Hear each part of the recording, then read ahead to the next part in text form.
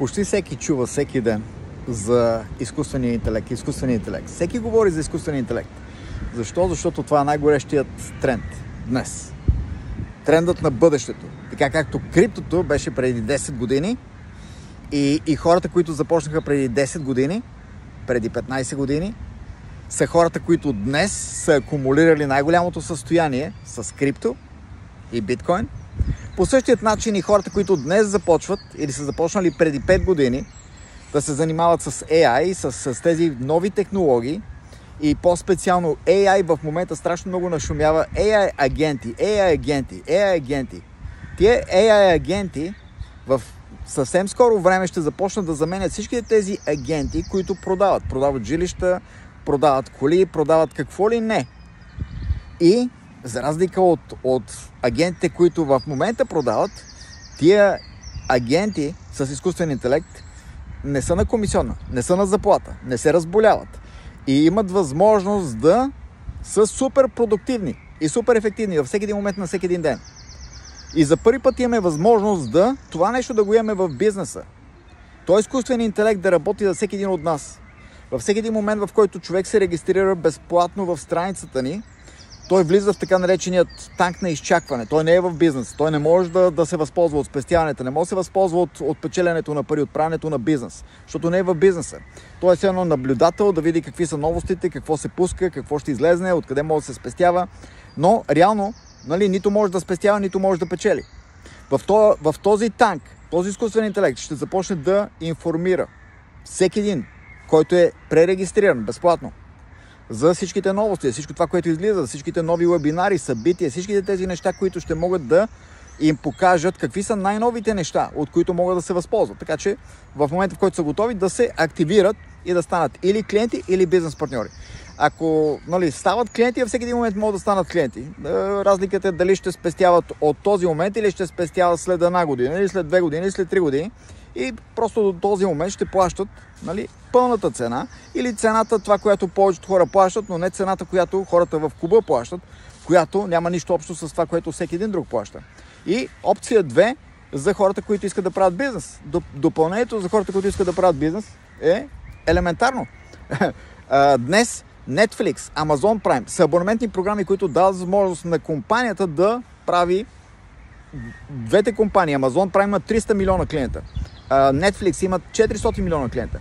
Тези милиони клиенти не са започнали като 300 милиона и 400 милиона, те са започнали като един клиент, 10 клиента, 100 клиента, 200 клиента, 500, 1000, 2, 5, 10, 1 милион, 2 милиона, 5, 10 милиона и така нататък.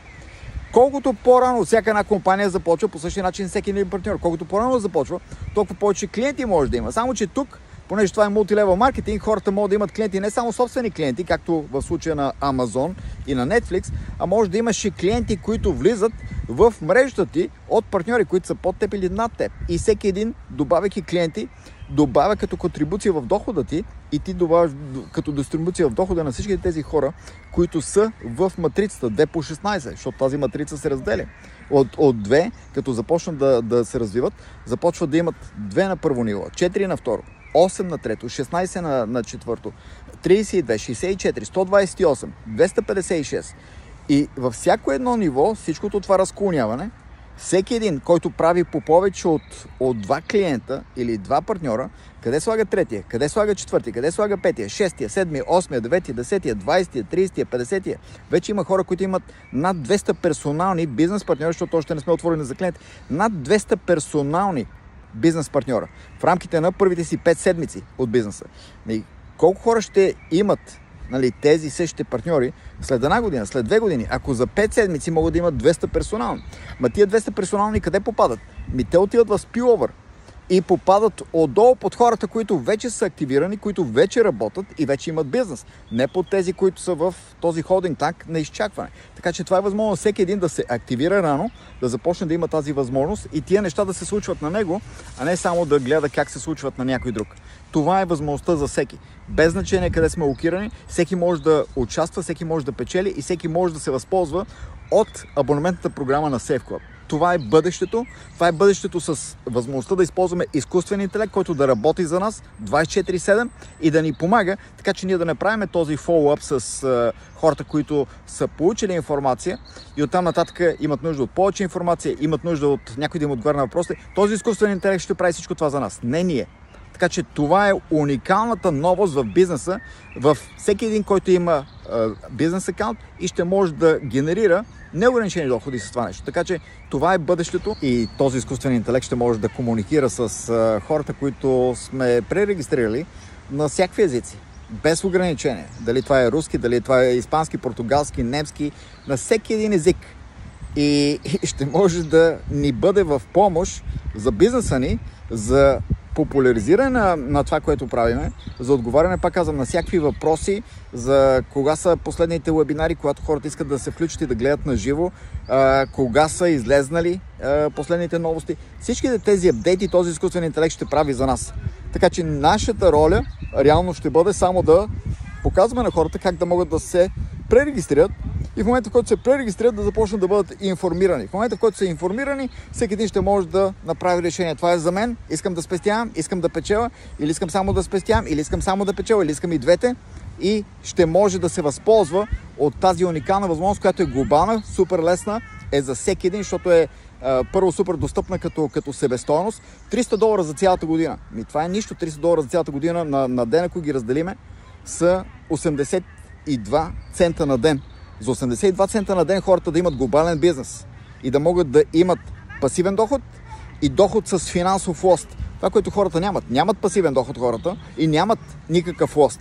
Така че това е възможността да имат и двете в един бизнес, който им дава това нещо и им го дава в глобален аспект. И възможно е всеки един да има такъв изкуствен интелект като помощник и да му помага в бизнеса да се развива и да бъде по-успешен. Това е бизнес моделът, така че всеки един да може да знае за какво става въпрос и да се възползва по най-бързият начин. В момента има, мисля, че са около 7000 платени акаунта активирани, още не сме стартирали, официално на 1 юни започваме. Има 30 000 или малко над 30 000 пререгистрирани. Така че това нещо в момента, в който отвори, започне да пуска всичките оферти, всичките неща, от които хората да могат да почнат да се възползват.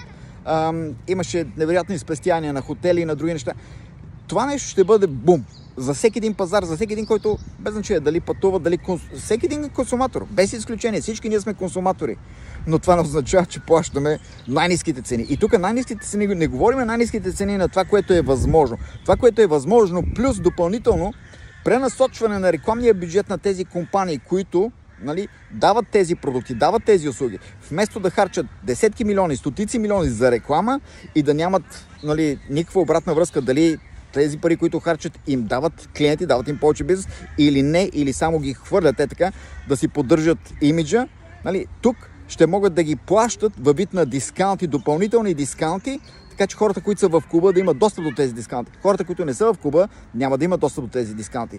И всеки един, който е в клуба, ще може да има не само достъп до дискаунтите, но достъп до възможността да може да печели от изграждането на търговска мрежа и от спестяванията, не само собствени си спестявания да се възползва, но и да има процент от спестяванията в мрежата си, което ще бъде допълнително и извън компенсационния план, който е извън абонаментната програма. Така че страшно много възможности за всеки един, който търси възможности. И ако това си ти, не губи време, защото времето е фактор в тази матрица и в това какво се случва и колко бързо се случва на всеки един, който реагира. Успех!